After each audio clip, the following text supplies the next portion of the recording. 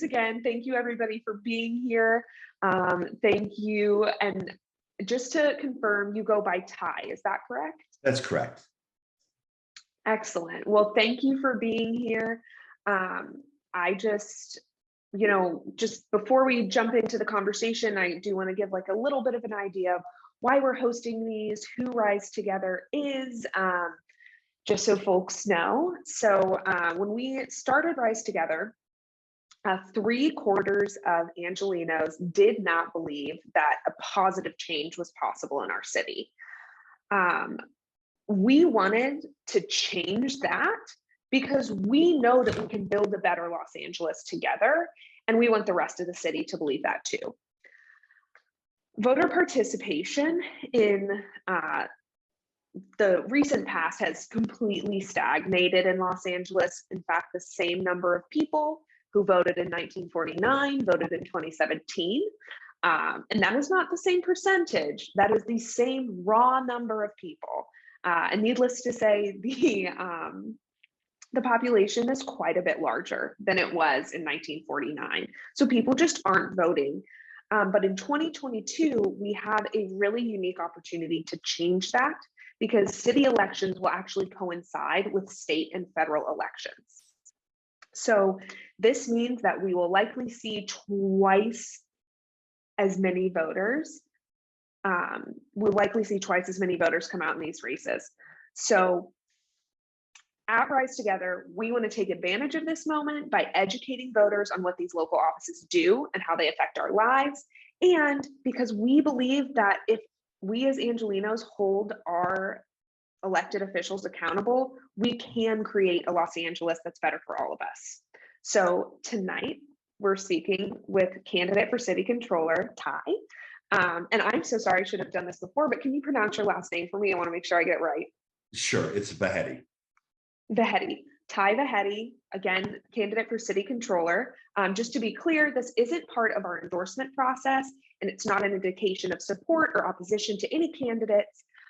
It's just a chance to let candidates get to know the Rise Together community and share why they want to serve Los Angeles. So before we jump into your background, I'd love if you could just give us a quick rundown on what the city controller does.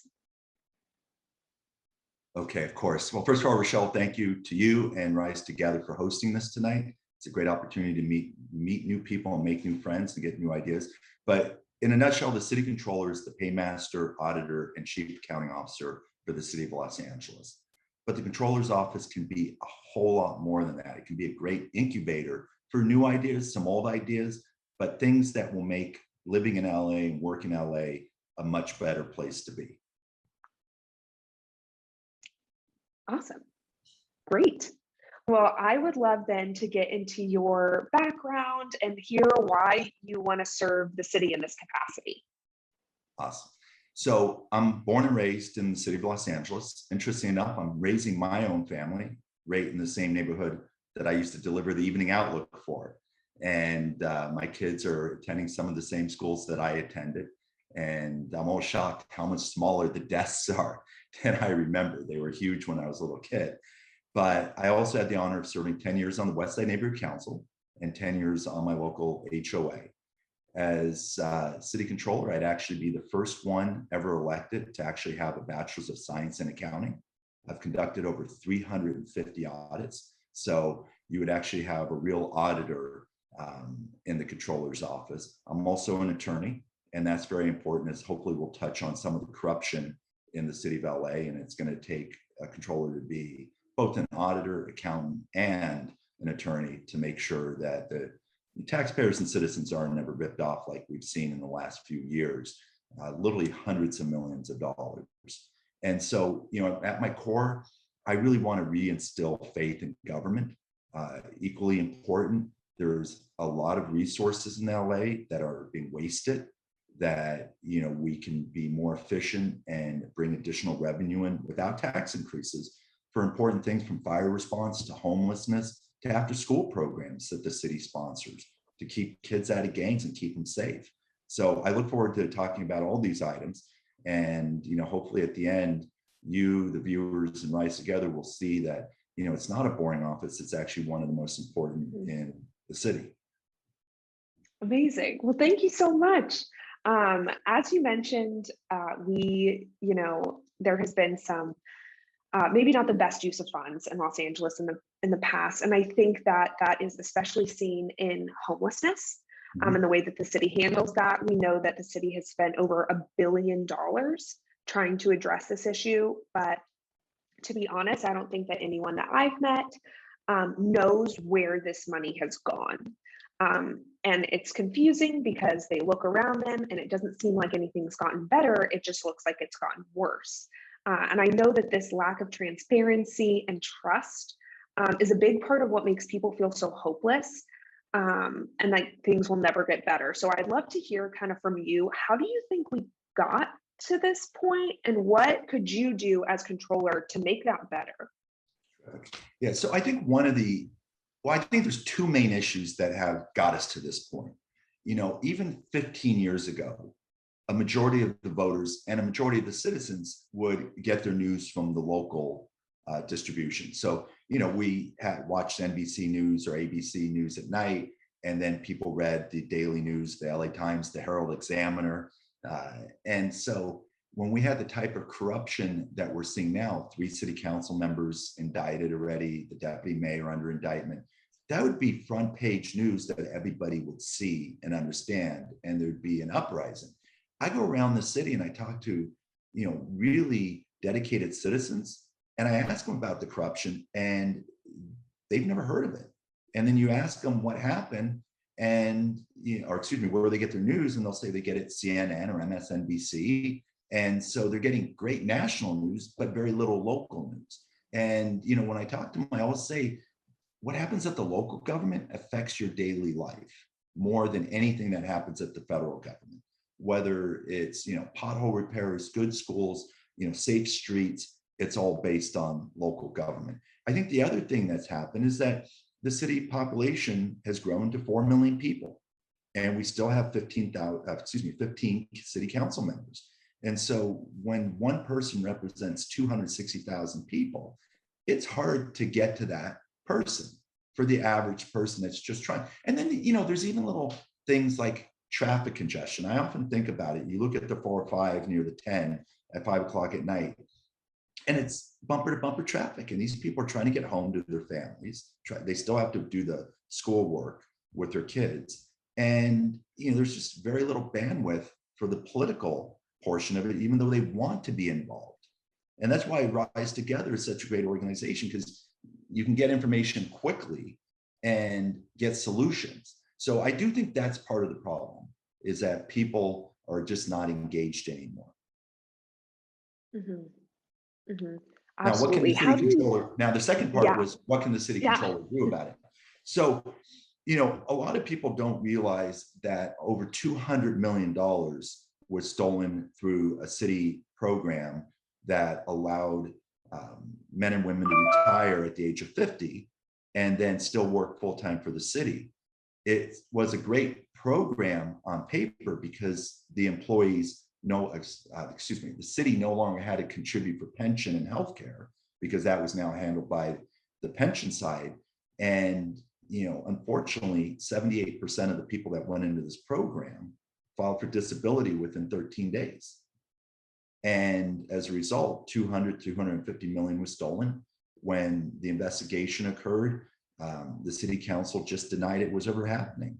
We saw the small home debacle in North Hollywood, $135,000 for a small home. In contrast, Sonoma County did it for $32,000 a small home, the exact same project. So there's another $4 million wasted. We saw in the DWP class action lawsuit a $67 million theft of taxpayers' money, because a couple of attorneys got into the city attorney's office from the outside and had a fraudulent lawsuit that was rubber stamped by the city council. One of those same attorneys got a $30 million no bid contract for cybersecurity work. And I can tell you, as your next city controller, if we have an earthquake and I have a bill for water, gasoline, things to keep my city up and running, I'm going to pay it and audit it later. But there's no way in the world, when you have 1,000 companies providing the service and there's no emergency, why is there no big contract? And unfortunately, this attorney, Pradas, got 24 million of that $30 million before the fraud was discovered. And so just there, we have $300 million that was stolen. All of these people, except the lawyers, are under indictment. We expect them to be indicted soon. But can you imagine what we could do to affect the homeless problem with 300 million? You know, it breaks my heart because in the last 4 years, over 5,000 people have died on the streets as the homeless. We're better than that. And Angelinos have been very generous in, voting for Prop HH, and they were very generous at the county level to add to the sales tax, which brings another 500 to 600 million. But to see it wasted and squandered through bureaucracy and theft, it's not the way it is. So what can I do as controller? Well, on the legal settlements, luckily I'm an attorney. I'm the only attorney in the group besides being the only actual auditor. So I'm going to scrutinize those settlements and make my voice heard to see that we're never ripped off like that again. As to the homelessness issues, I'm going to get in front of it. When a project's planned, that's when I'm going to work on it as a controller and have a vibrant network of stakeholders from Rise Together to neighborhood councils, homeowner groups, chambers. And, we're going to put pressure on the front end because it does me and you and the city no good if I come and say, here's an audit report, we lost another $80 million. So that's what the city controller can do. But also, as I said, the city controller can be a great incubator. And what I mean by that is we can do proposals that will not only get media coverage, but we can then put general pressure on the policymakers, on the city council and the mayor to actually implement it. Now, one thing I think strongly is that the homeless issue has to be treated like a FEMA response, meaning, if we had an earthquake, and many people have said this, we would see FEMA here and get the help of the federal government. We have to do a census, and the controller's office can do it because there's a lot of homeless people that came here from other states. I'm not asking those other states to help out financially. What I am asking for their congressional support in the House to see that California can get some of the resources. But then we also have additional resources that we don't even bother to ask for. For example, the Navy has a couple of hospital ships. We could be putting them in, San Pedro and in Long Beach and start giving mental health treatment and giving drug treatment. We've now spent, as you mentioned, billions of dollars, but we have not built one additional mental health treatment or drug treatment, which is the reason a lot of these people are homeless in the first place. The people that are suffering economic disadvantage, we can solve those very quickly, through the key room project. But, we got to get back to basics. So the controller can put together the proposal and then actually be the leadership to get it executed.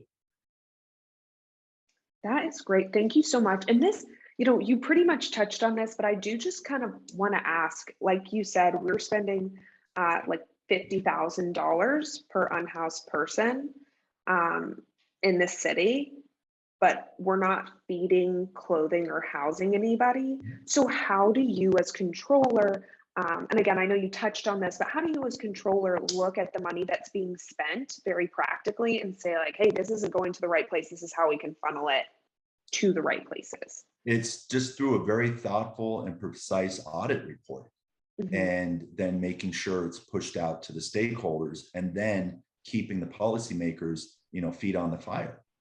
And, there's a lot of issues, one issue, and this is just a candid discussion, and some of the things the controller does is completely boring, but makes a huge difference. Let me give you one example. If you drive around the residential areas of the city on trash day, you'll see a lot of the trash cans broken. And there's only two reasons for it. Either there's not enough recycled tire material in the trash cans and they're cracking, or when the garbage truck comes and dumps it, it's overcalibrated and it's dumping it with too much energy. But do you know what we spend a decade replacing trash cans? Probably close to $175 million. And so, there's a lot of low hanging fruit, because if I can come and change just one little thing by having a manufacturer who's getting really rich by giving us bad trash cans.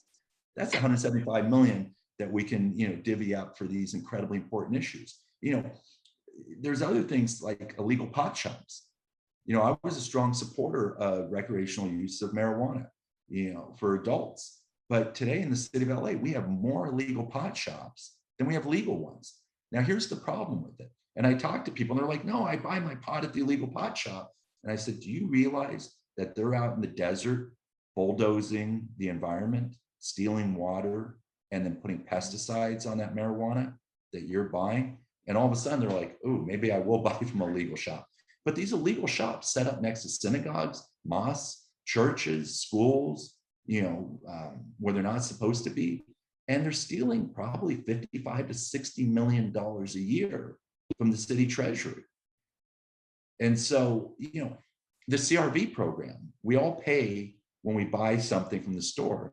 But have you noticed that there's no place to redeem the recyclables anymore in the city of LA? The city of LA in the blue containers sells it for scrap. We're losing probably $30 million a year. So as controller, I want to go out and figure out, maybe we partner with Girl Scouts or another nonprofit to have recycling. And then let's redeem our money from the state that we paid. Over a decade, that could be another $300 million. So, on the environment, there's lots of low-hanging fruit still that the controller's office can create proposals as the incubator and then push it through. I mean, think in the city of LA, we still don't require instant water heaters when we do construction. Why are we not, like the shower heads and the low flow toilets, giving that to the, construction developer and then adding a $1 or $2 bill on at the back end? For the consumer, whether you buy it or live there, you get instant hot water. We don't waste water. We don't waste natural gas to heat the water. That's just going to cool off in the pipes. And then the consumer saves money. It's just a win-win. So I know it's a lot, but that's how powerful, this office can be as, the incubator and cheerleader for the city to make it, better. Absolutely. No, that was really helpful. There's a lot of things I hadn't thought about before that the controller can help with and can impact. Kind of in the same general vein, I would love to talk about housing.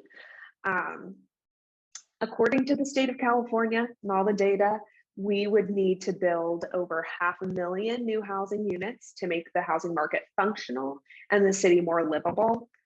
So how would you or could you use this office to make sure that we hit that goal in under 10 years? So it's very interesting because this is one of my pet projects. I drive around our city and I see, I would say 80%, we'll have to study it, is still on the major boulevards, just single retail level buildings. And, we are seeing some mixed use buildings across the city, but it's not very planned. It's not pushed by the city, but there is a very thoughtful way of doing land assemblies, meaning you go to a block of owners and you say, hey, would you be willing to join together to do a building project? If they're not, maybe the city has to look at other ways to gather that land. But the bottom line is, on a city block, we could build 200 units. Now, I'm very strongly advocating for small retail businesses on the bottom floor because we need to have a vibrant, sales tax and business base to fund the city. But we also need to make sure that if somebody's living in that building, they can walk a block any direction and get to a dry cleaner, get to a florist, get to a small, wine shop or restaurant, because that's how we take cars off. Now, the cool thing is, I found some pots of money. So when we build these projects, the city can buy some actual parking, additional parking in these projects. And so if we can do that, we can actually take away some of the meter parking without hurting the small businesses and be able to do things like bike lanes and so forth. And so, but you just imagine you take one block, and I know this is boring as heck, but it's really important. Okay. But you take one block where you have maybe 10 retail stores. The assessments on those properties for property taxes are based on when they were purchased in the 1950s, 60s, and 70s. It's generating very little revenue, and 24% of the city's revenue comes from property taxes. So when you put 150 units, and you can do it in a way that protects single family residents by wedding caking the top floors, um, you can bring every single block $1 to $1.5 million additional tax revenue in, while creating the housing, while getting the bike lane, while putting additional parking underground to keep vibrant businesses. And you really can have the win-win. So, it's just frustrating because our city council has to have the vision, which the controller's office can do through these proposals and very detailed analysis. But then, we have to have every council member promise we're going to try to do 3, 4, 5, 6, 7 of these projects in their district. And that way, we can actually make a huge dent in that number of housing we need. And here's something really cool. Talking to developers, they tell me that if they could just get expedited permits.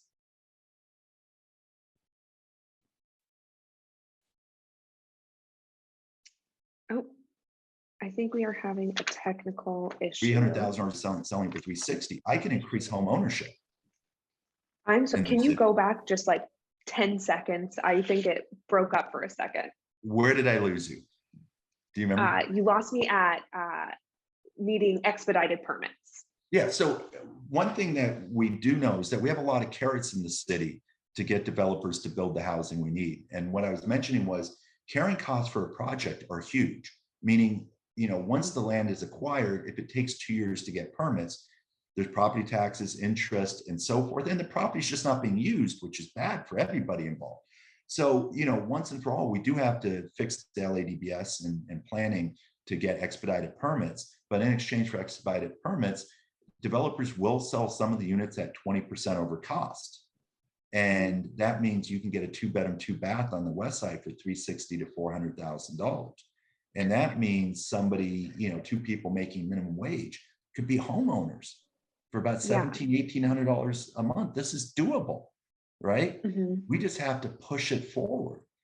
All the things we're talking about are win-wins. We're not goring anybody's ox. We're just putting some energy into solving some of these problems that we have.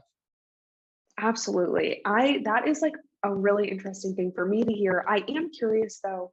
I know that people kind of have concerns when they talk about doing so much more building that we're just going to lose the character of Los Angeles, that neighborhoods will all start to look the same and we'll kind of lose some of the uniqueness of the city. How can we ensure that like we keep the character of, the different neighborhoods while still, as you were saying, providing housing, provide spaces for more business, and of course, ideally, create more ways for people to become homeowners. Right. So, serving on my homeowners board and being supported by many of the homeowner presidents in Los Angeles, everybody's realistic that there's going to have to be additional construction on the major boulevards. The issue is they don't trust the city, and specifically as it relates to infrastructure. So here's a perfect example. There was a next door comment of somebody that saw an old man fall at the park and hit his head and had a large laceration. And the great part of the story is 9 people pulled over and about 8 people walking the park all stopped to help this gentleman. And it shows you how much love and respect we have for each other in the city and some of the good things. But one of the issues was it took, over 10 minutes for the fire department to respond. And, the issue with that is that if you look at Culver City, they have 3 fire stations for 36,000 people. So that's about 12,000. Beverly Hills, I think it's 3 stations for 38,000 people. That's every, 13,000. In LA, we have 106 stations for 4 million people. That's for, 1 station for about every 40,000 people. And so, as we add people, we have to have the infrastructure, and that's having additional fire stations. One perfect example in Century City, we've added, I think, 8 condominium projects, 50-story projects.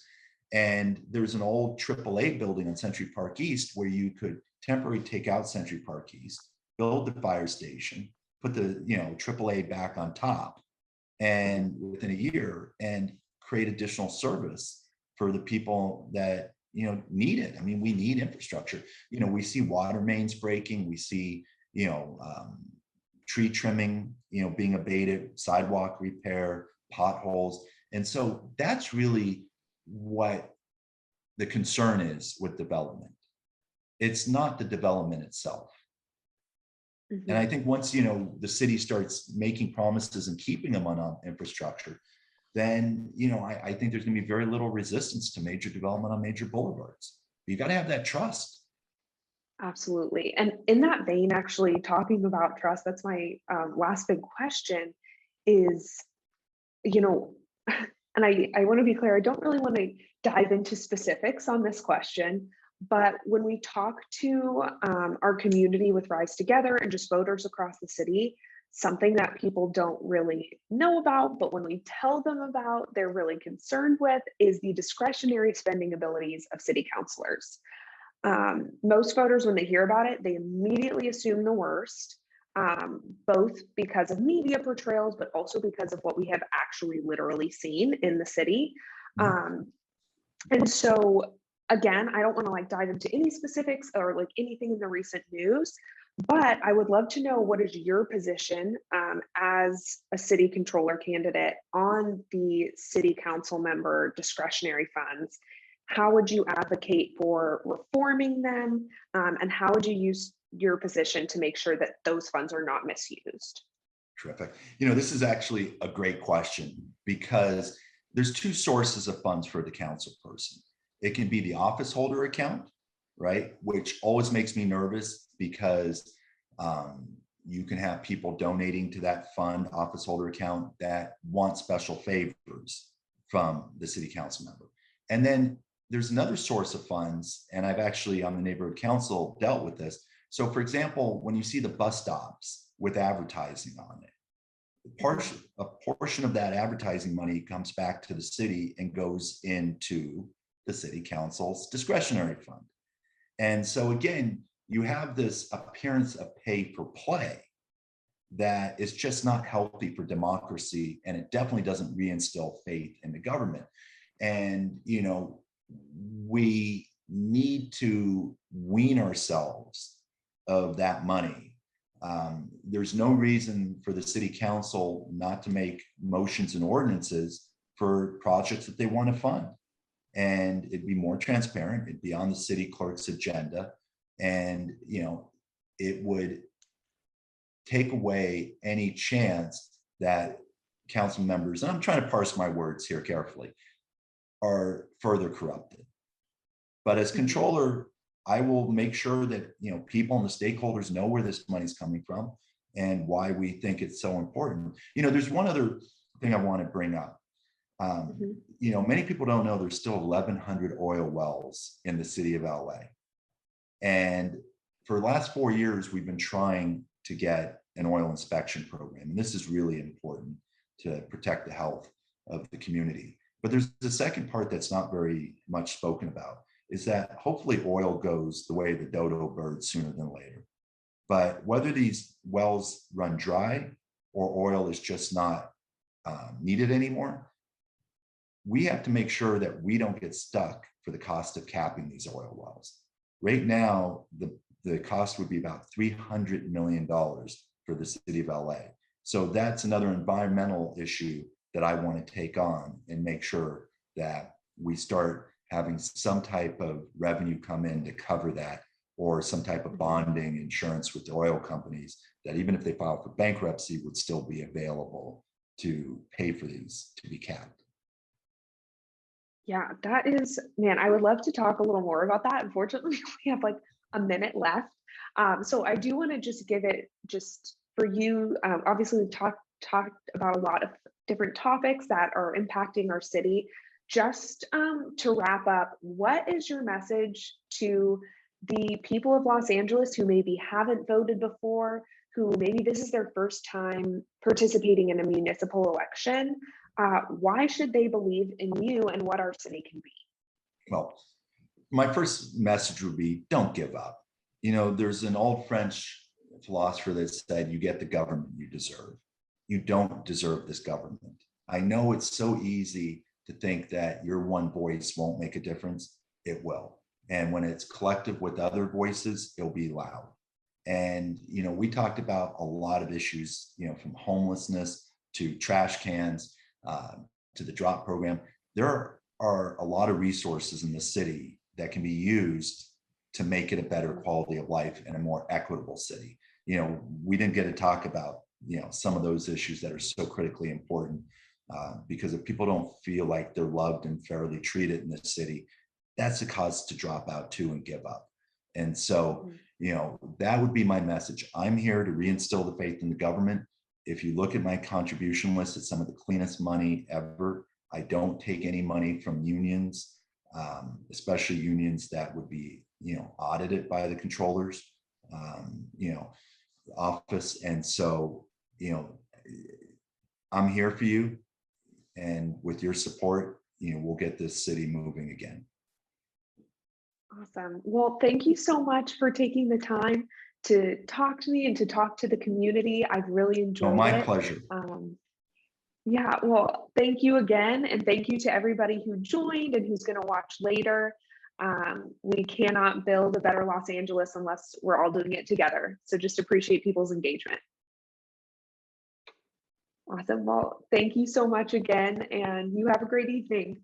You too. Thank you. Bye-bye. Bye-bye.